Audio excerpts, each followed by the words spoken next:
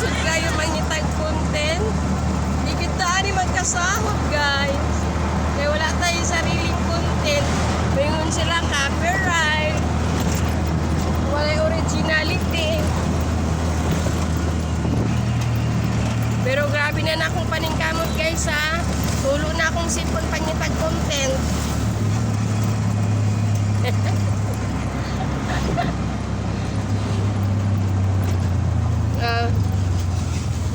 Sa asa ka lang?